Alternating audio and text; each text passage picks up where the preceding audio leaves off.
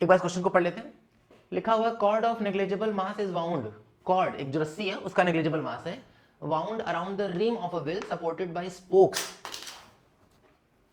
Bye spokes with negligible mass. यहाँ पे ऐसे ऐसे छोटे छोटे छोटे छोटे ये जो कांटे होते हैं ना उसकी बात कर रहे हैं ना, ये स्पोक्स जो है इनका नेग्लिजिबल मास है, ठीक है।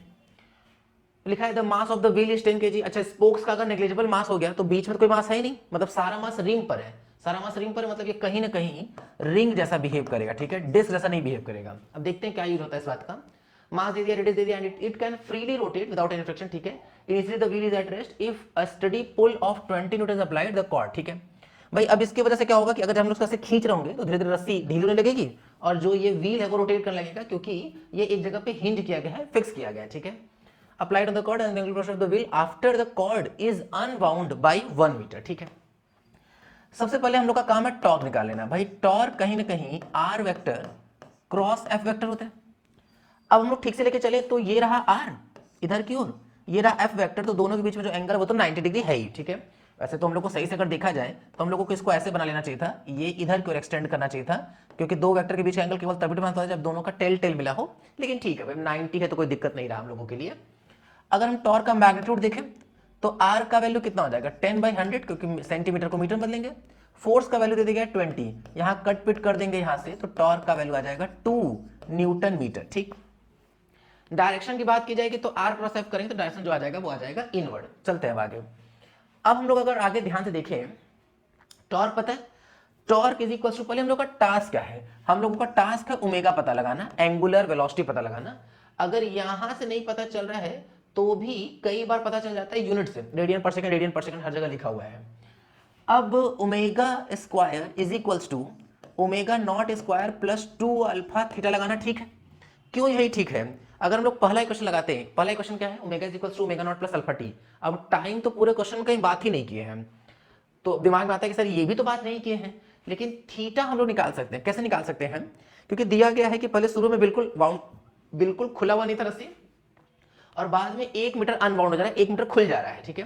तो कितना एंगल घुमा वो हम लोग पता लगा सकते हैं। जैसे मान लेते हैं कि अगर ये वाला पॉइंट यहां रहा होगा तो खुलने के बाद जो आखिरीवा हिस्सा इससे जुड़ा है वो यहां कहीं हो सकता है कि नहीं। मान लेते हैं कि ये अपने मन से मान रहे हैं एकदम ऑर्बिट्ररी ना, कि मान लेते हैं ये लेंथ 1 मीटर, तो ये वाला पॉइंट चलते चलते चलते चलते चलते चलते चलते यहां आया होगा, तो जितना एंगल ये घुमा होगा उतना ही तो पूरा रिम भी घुमा होगा, है ना। तो हम लोग एंगल निकल जाएगा। और ओमेगा नॉट तो 0 ही है क्योंकि शुरुआत में रेस्ट में है, शुरुआत में रेस्ट की बात समझ लेंगे हम लोग। अगर बोला नहीं गया है initially the wheel is at rest, बोला गया साफ साफ, ठीक है।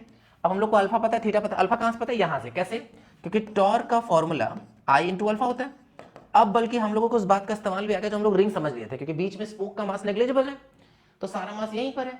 तो चूंकि ये एक रिंग है तो रिंग का मोमेंट ऑफ पता है हम लोगों को कितना, mr²।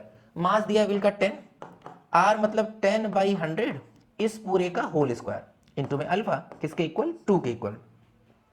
1 0 1 0 कैंसिल, यहां क्या आ जाएगा 10 इंटू 1/10 का स्क्वायर कर देंगे तो 1/100 इंटू में अल्फा इक्वल में क्या हो जाएगा 2। 0 0 कैंसिल, तो यहां से अल्फा का वैल्यू क्या आ जाएगा 20, अल्फा का वैल्यू 20 आ गया। अब अल्फा पता चलेगा, कहीं से अगर थीटा पता चल जाए तो तुरंत काम हो जाए। अब बात करते हैं थीटा को लेकर के। भाई एंगल कहीं ना कहीं आर्क अपॉन रेडियस होता है।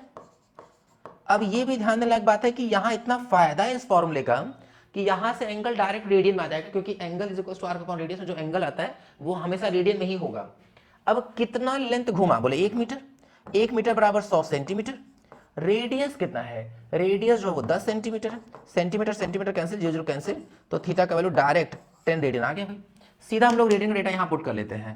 Omega square is equals to 2, alpha की जगह पर कितना है, अल्फा का वैल्यू है 20, थीटा की जगह पर कितना है 10, मल्टीप्लाई कर लेंगे तो ओमेगा स्क्वायर का वैल्यू कितना आ जाएगा 400, तो जो ओमेगा का वैल्यू आ जाएगा वो कितना आ जाएगा 20 रेडियन पर सेकंड, ठीक है। तो क्लियरली 20 रेडियन पर सेकंड मतलब ऑप्शन नंबर कौन सा ठीक हो जाएगा, फर्स्ट। ध्यान रखेंगे कभी कभी वो हम लोगों को यूनिट में भी फंसा सकते हैं।